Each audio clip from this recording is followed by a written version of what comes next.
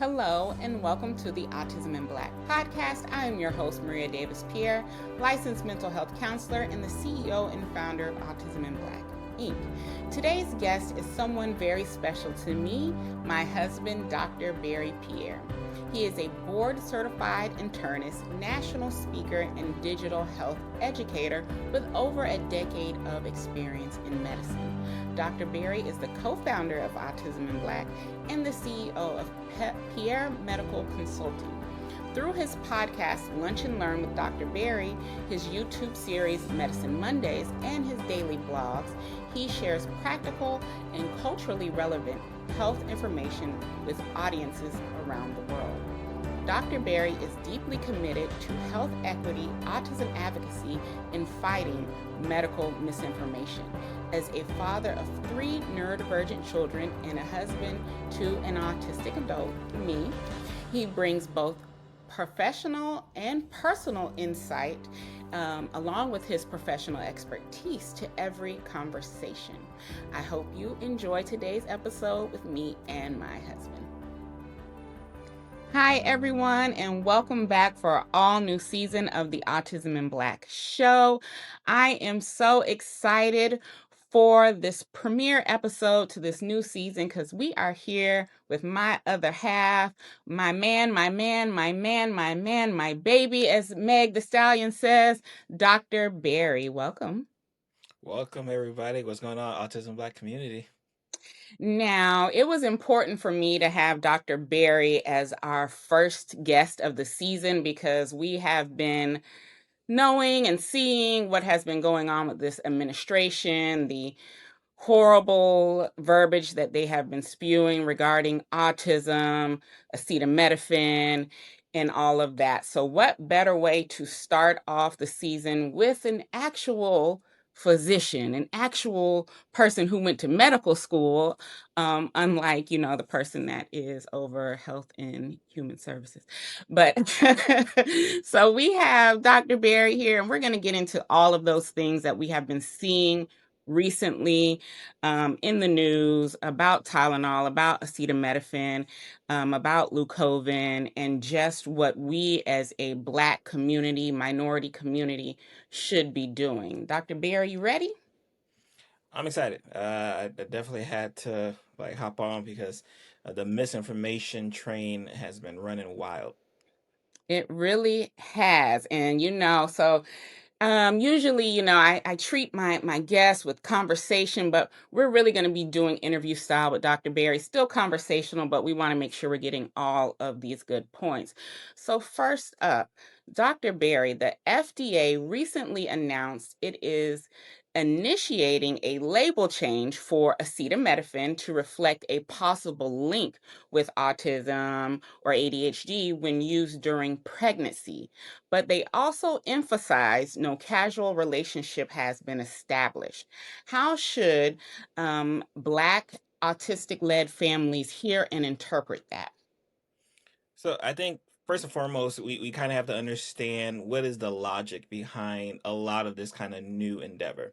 RFK, who is the Health and Human Service Director, we know that he's very anti-vax. Like that is just his thing. But what he's also latched on to, which typically falls under the anti-vax movement, is this like crusade about autism and what causes autism, as if we don't have decades of research that's really kind of answered this question. But in his mind, he has been on this crusade to try to find an answer that for some reason for the past couple decades we have not found. So I always try to make sure the families I talk to understand all right, where are we at from a background perspective, so they can kind of understand some of the motivations, especially when they hear news like this. And I can tell you, as a physician, I was very unfortunate because when I saw that they were doing a press conference, and I'm like, all right, what are they going to say? And once I realized what the conversation and the subject of the press conference was, I just knew that we were going to have a lot more questions than answers. Because unfortunately, this is a question, especially when we think about autism and now Tylenol and a possible cause.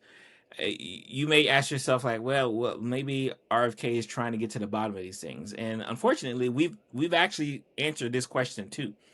We had about a year and a half, almost 2 years of studies asking this exact question: is there a relationship with autism and Tylenol use? And it's been refuted. In fact, we haven't been able to find any type of causation that says taking Tylenol results in your child having autism. Like that the studies are already there, but unfortunately this administration chooses to ignore that information. You are absolutely correct. And it is to the point of fear mongering. So much so that, we've had a uptick in families reaching out to us and asking us what this means.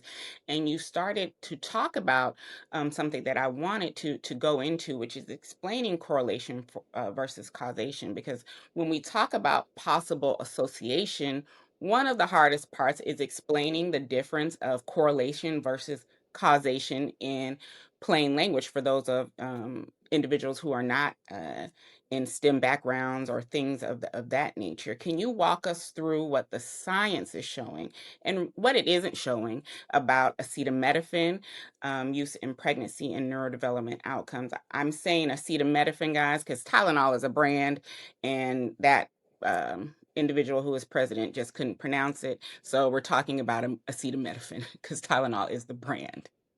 So I think when we want to look back at what are the studies saying, like what is the research already shown us, and like how did they find the answer? Because I think those are two important questions. As I have a public health degree, so one of our big things is finding the research, and more importantly, seeing like, is this viable research that I can actually bring to a community like the autism and Black community? And what it looked at, it said, hey, you know what? We want to look back, because obviously you can't do a study where you give some mothers Tylenol, some others not Tylenol, and see if autism that doesn't occur. But they did what we call like a look back study, where they say, all right, we're going to look to see, all right, for the children who have autism, right? Let's see what was Tylenol use looking like in the parents and when. And this is just simple questions that I always say, like, all right, so you have a scenario, right? And we'll kind of break down this causation correlation. You have a scenario where you have a mother who has a child, and during the pregnancy, during the long time of pregnancy, they take Tylenol. Now, the studies didn't specify when they took the Tylenol, right? Like, because you couldn't pin down what was it, first trimester, second trimester, so there was no aspect of when the Tylenol was taken. It was just that Tylenol was taken. And then here you go, you have this conversation and answer to say, all right, at the end of the road, does the child have autism?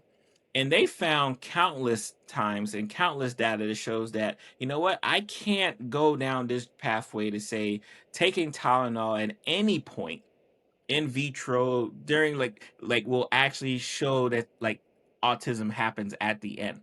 In fact, you can have, and this I think this is what really helped break a lot of the studies to say like, all right, yep, this Tylenol is definitely not it. Where you can have a mother who have multiple children who has taken Tylenol multiple times during multiple pregnancies, but only one child has autism and the other doesn't, right? So it's one of those things where now you just, and this is where we kind of get into the causation versus correlation. If I wear, and this is like the easiest example I give my patients. If I wear a raincoat every single day of the week, and then on Friday it just happened to rain, it didn't rain because I happened to wear the raincoat. It just happened to rain, right? So for our mothers who are taking Tylenol for various reasons, pain, because especially as for those who may not know, Tylenol is the number one pain reliever in pregnancy, right? Because you're not actually, it's not safe to take a lot of other different pain medications, right? So imagine listening to a conference, right? This nationalized conference with RFK and the president, who tells you, hey, the number one medication that we treat for pain, we treat for fever, don't take, right? Like again, like what am I supposed to do? Am I supposed to just let the fever? Am I supposed to let the pain just sit there? Of course not. So so just from a background perspective. So I say when we think about like, hey, I happen to wear a raincoat, it happened to rain. No, you wearing a raincoat did not cause that rain.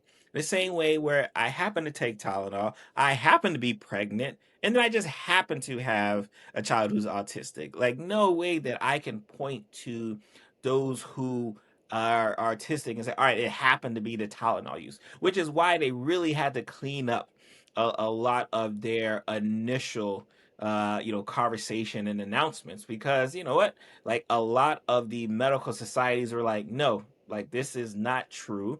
We've already have these studies and you're just spreading misinformation. And I think, honestly, I think Tylenol is probably going to be knocking at their door, because the way they were talking as if it was like true and true, like lawsuits can happen. Most definitely. And again, that fear mongering, because um, again, it's one of the safest medicines to take during pregnancy. So much happens to women during pregnancy, and we also know that Black um, mothers, Black women are, when it comes to prenatal care and, fetal medicine and all of that, we are one of the ones that statistics show something happens to us, whether it be, death, whether it be something to the baby, whether it be, some kind of injury, we have a higher risk of that. And with your work through Autism in Black as our lead health person, you often talk about, you know, um, or highlight rather, how Black mothers receive mixed information about pregnancy, health, and autism, and all of those things across the board for us. How can these older messages, like don't take Tylenol, which 45, 47 has said, how does that harm the community, especially when the evidence is still unsettled? Well, you already have a community that already has to deal with misinformation from so many different sides. Hmm. On top of the fact that there's usually a lack of information that gets to them. So imagine, like, we're already dealing with a community that doesn't really get all of the information that they need to get. And then the little bit of communication that they do get is now false. What happens is it causes more questions than answers. It leaves people confused. It leaves people, I always kind of say, in this kind of analysis paralysis, where they're just trying to figure out, like, all right, I'm just going to stand still because I don't know if I should go to the left. I don't know if I should go to the right. Yeah, because now they're on TV telling me not to even take Tylenol, right? Like what do I do here? So it just becomes this unfortunate, especially from a healthcare perspective, it just becomes this unfortunate set of circumstances where the snowball effect of not getting the appropriate information, getting inappropriate information, getting incorrect appropriate information eventually harms not only the mother, but it harms the child and the family. Hmm. And you're right. I remember my first pregnancy with Malia. I was actually, as a first time mother, scared to take anything. And Dr. Berry had to have many talks with me about it's safe to take this. There was like a recall or saying something about Zofran. I had horrible, horrible morning sickness, couldn't eat anything, and Zofran was what I was prescribed. And I told Dr. Berry, I'm not taking it because they said something. He was like, no, no, this is, he had to explain. But even for those of us who have certain backgrounds, I have a background in, therapy of that nature, it's still scary for a lot of us as Black women, because we're like, well, if I do this, what does that mean? Is it going to harm me? Is it going to harm the child? And as a first time parent, I was even more nervous because I was like, I don't want to do the wrong thing. So when we talk about that misinformation, when we talk about the gaps to our community, this is how it impacts us. Because me not taking something could lead, well, it did land me in the hospital, having to be hooked up because I wasn't eating or drinking anything, right? And of course, that could actually harm the baby. So when we're talking about this misinformation and listening to people who have no background in what they're talking about, it's important to shine your light on those who do have the background, which is why we have, Dr. Berry talking about this. I do want to switch to talk a little bit about Lou Corbin, and I hope I'm pronouncing that right, because I've seen a lot of the conversation shift to this. And from your vantage point, why is it particularly risky when treatments like Leucovorin are presented as the cure for autism, especially in Black communities where access to credible, culturally responsive care is already limited? Yeah, so when I think about Leucovorin, right, it reminds me of ivermectin in the COVID days, right, which is ivermectin, which is like a horse dewormer medication, and it's this kind of canary of like, hey, you know what? I have this issue, autism. Guess what? I have this like magical drug, right, that can treat, right? And so now you have to ask yourself, what is it that they're trying to treat? And more importantly, why are they trying to treat? Mm, Because they understand, especially in the autism community, there's this backdrop of I don't know like how my especially when I talk to parents, I don't know how my child got autistic. mhm, Was I the cause of my child being autistic? And can I treat my child with being autistic? Right. So now, if you're the professional, you're the founders of Autism Black, you now have to go back and educate those parents and say, hey, this isn't something that we're looking to cure. And by the way, this medication here isn't even responsible for autism, right? Like the rationale behind what this medication treats has nothing to do with autism. But what they're hoping, and unfortunately, this again, we saw this a lot with COVID, that they're hoping that they have this kind of like, all right, this magical drug that's been there for years. This is not a new medication that came out of nowhere. A drug that's been there for years that they say, hey, you know what? You should give this medication to your children who are autistic, right? And I asked the question, well, what about the adults? mm. Right? Why wouldn't it just why if it treated the kids, why wouldn't it treat the adults? So you start having to like, and of course, obviously, I'm biased, right? Because I, as a medical, I got a medical degree, right? So these are questions, and my public health degree. These are questions that we typically ask. We just ask the very common sense questions. If it could treat children, it should be able to treat adults. We know for a fact it can't treat adults because the reason that that thing treats isn't a cause of autism, right? And we can go down a whole rabbit hole what causes autism, but and that's still being researched to this day. So I think when you have this smoke screen of, hey, guess what? We think Tylenol could be causing autism.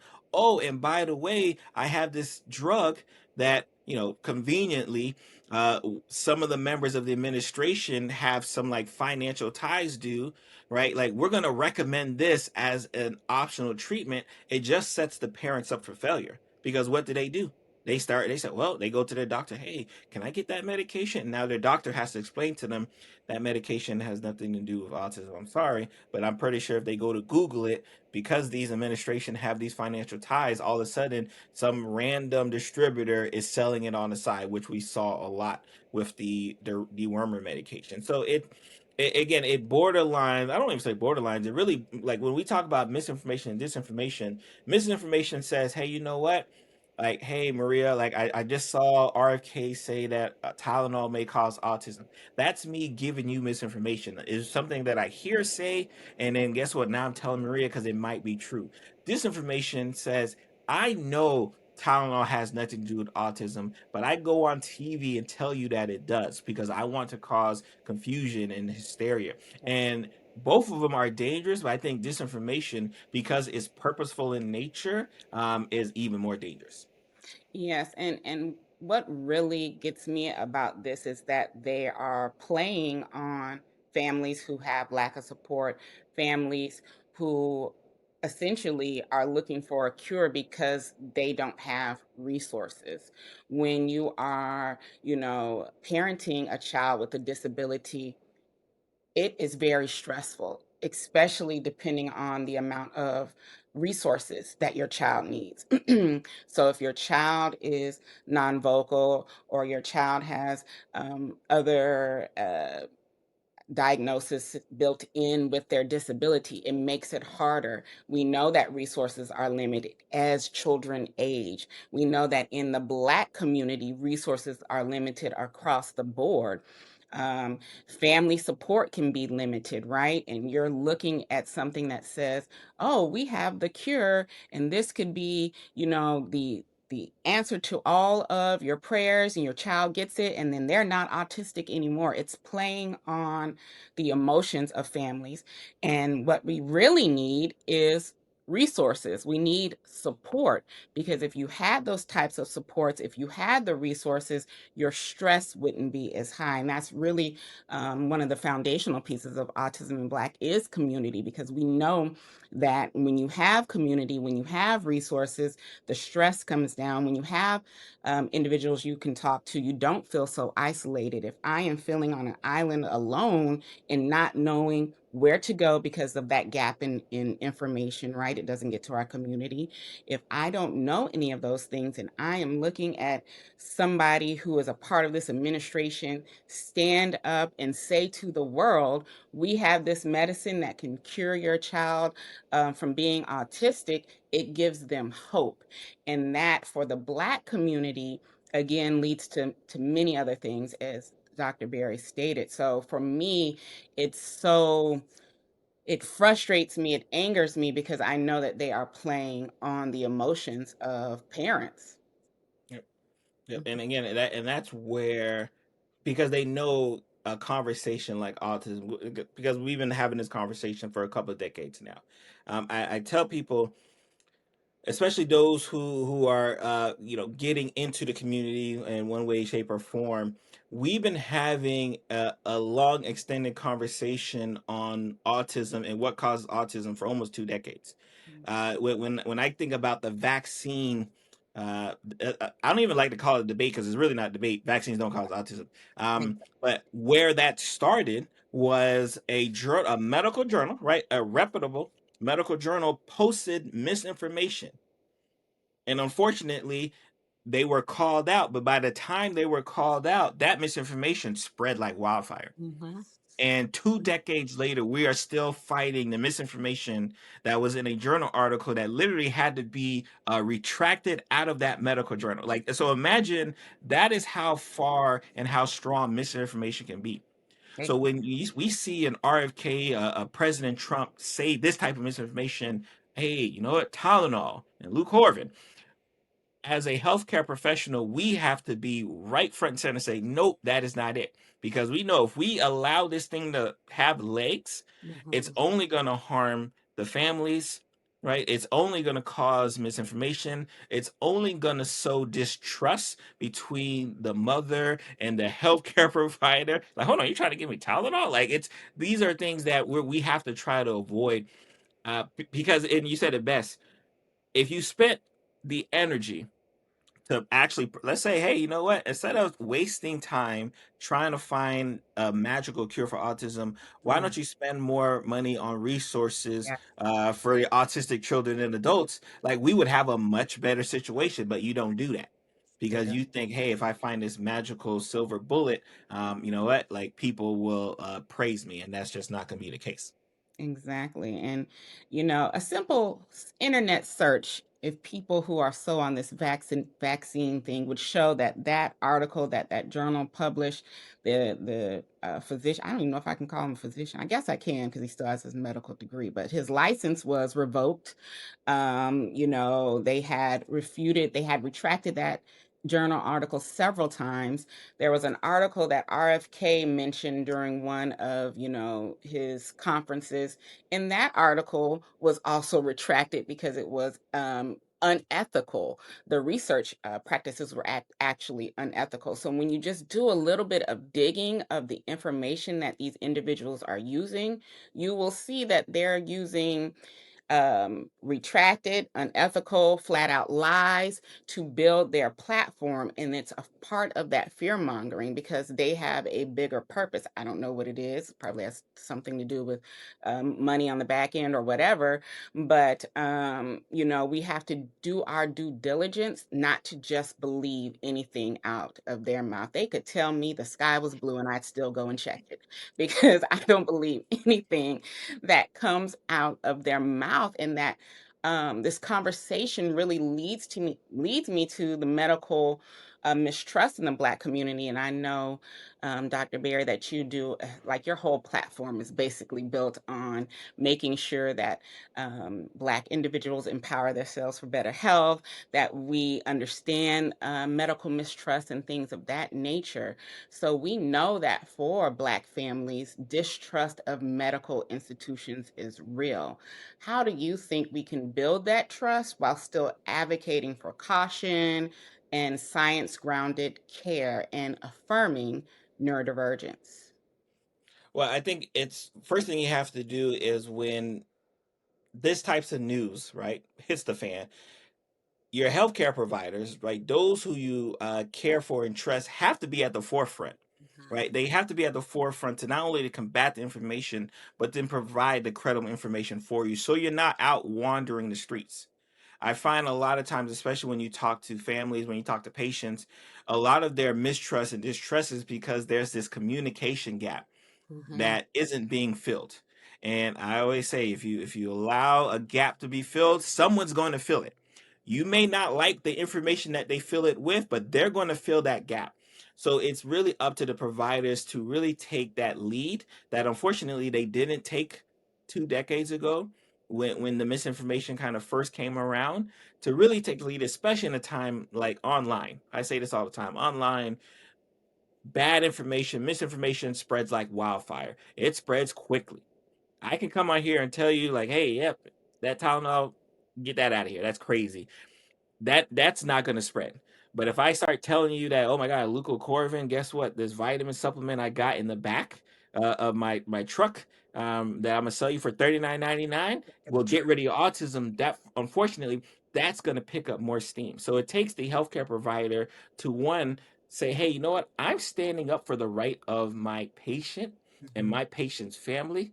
And I'm going to stand for truth, and I'm going to educate them, and I'm going to guide them right to where they need to be, right? And once parents and families understand that, like, you know what, this person is for me, they're doing this for me, the trust will be built. But you have to do it, and I always put the onus on the providers to do so, because again, our patients, we love them, right? Our families, we love them, but they are lost in the sauce, unless someone is guiding them, and that's really what we're here for. Hmm. And we know, me and you have this conversation all the time about some of the bad seeds in our field. And how do individuals know if their healthcare practitioner is someone that they can trust? How do they know? Because I know a lot of individuals have that issue. Your insurance may assign you a doctor, or you may only have a certain person in your network or in your area. What are some suggestions you have for making sure that my healthcare provider is not, one of these people selling something for $30 out their truck? I think it's one. It's important to. I like to have multiple sources. I tell people all the time, even if I'm the one advocating for you, you might want to fact check me too, right? You want to have some type of foundation to be able to kind of confirm the information that you get. Now, and again, a lot of that starts with having a good primary provider to say, hey, this is the information I'm providing you, but guess what? If you have any questions, you can go here, right? So understanding that there are like outside resources, right, to try to kind of, I guess, confirm, right, what the primary person says. I'm a big community. We like, obviously, we're big on community, recognizing like there are people in your community who may know a little bit more than you. They don't have to know everything, but they may know just enough to kind of get you steered in the right direction. So making sure you're finding an appropriate community, because you'd be surprised, a lot of parents have very similar stories, especially within this autism community. Like when I talk to dads and they're telling me their journey and they're talking about their story as they come up within the autism journey, I'm like, wow, like I feel like they were in my house. They're like we have some of the same similar stories. So being able to one kind of know where appropriate good information is, two, be able to kind of confirm and really have that conversation with the your provider, your healthcare, your therapist, whoever you need to have it with. They say, hey, I found this information, I just want to bounce it back off you, because any good provider worth their weight will have no problem having that conversation. In fact, they'll actually welcome it, because now you know what, all right, my family is taking the extra effort, right? Going the extra mile, right, to make sure that all the information that they're getting is credible. So I'm gonna sit here and listen and answer any question they got. And I can tell you guys that anytime our doctors tell us anything, I fact check it with Dr. Barry. I work his nerves with it so much because I'm like, well, hey, this was said, because it doesn't hurt to make sure, like Dr. Barry said, that you are led in the right direction. And especially for our Black community, you have the right to fire your healthcare professional. You don't have to stick with them. You can get a new therapist. You can get a new primary care physician. You can, try to find a different specialist depending on the areas and such.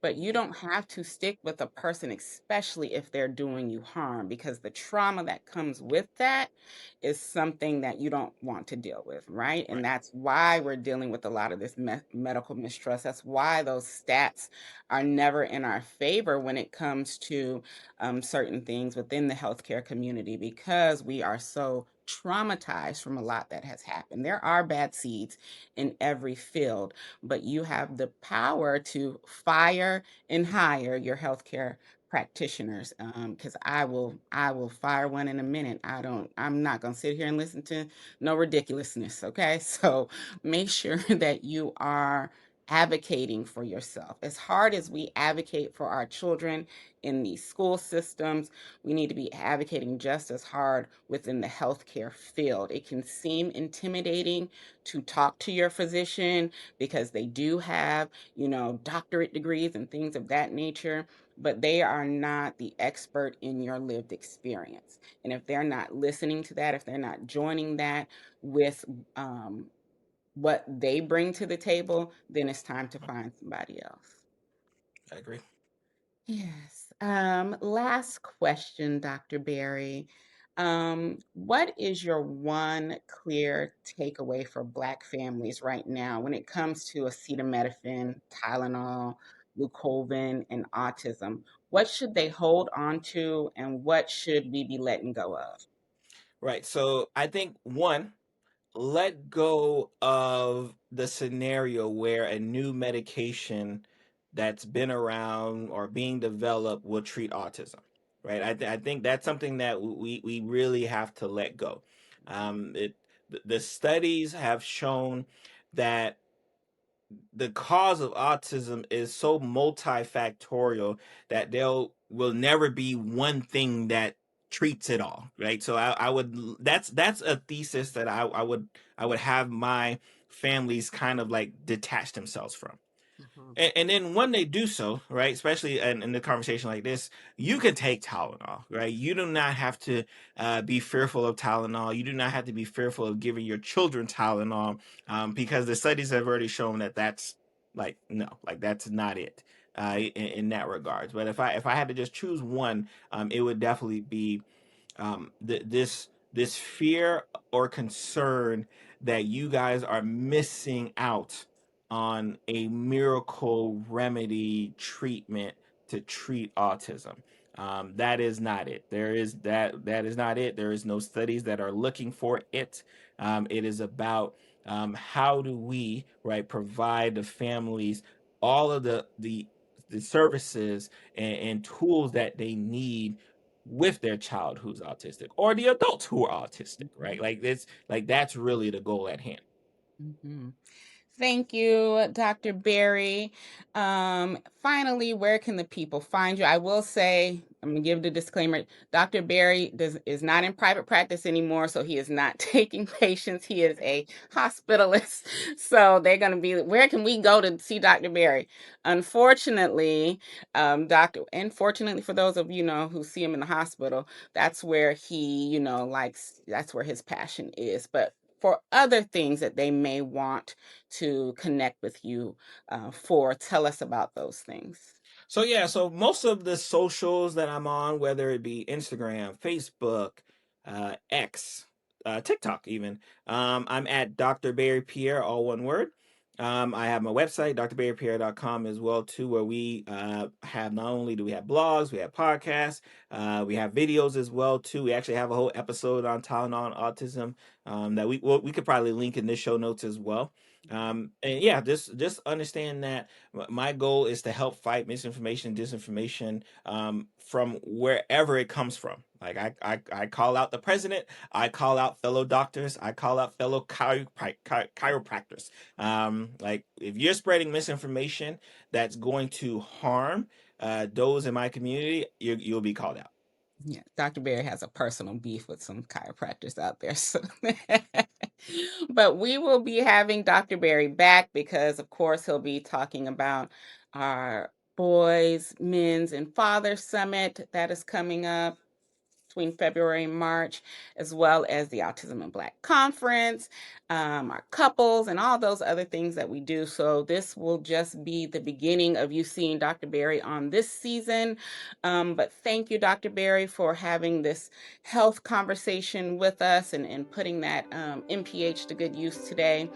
And thank you all for listening to another episode of the Autism in Black show. And we'll see you on the next episode. Thank you.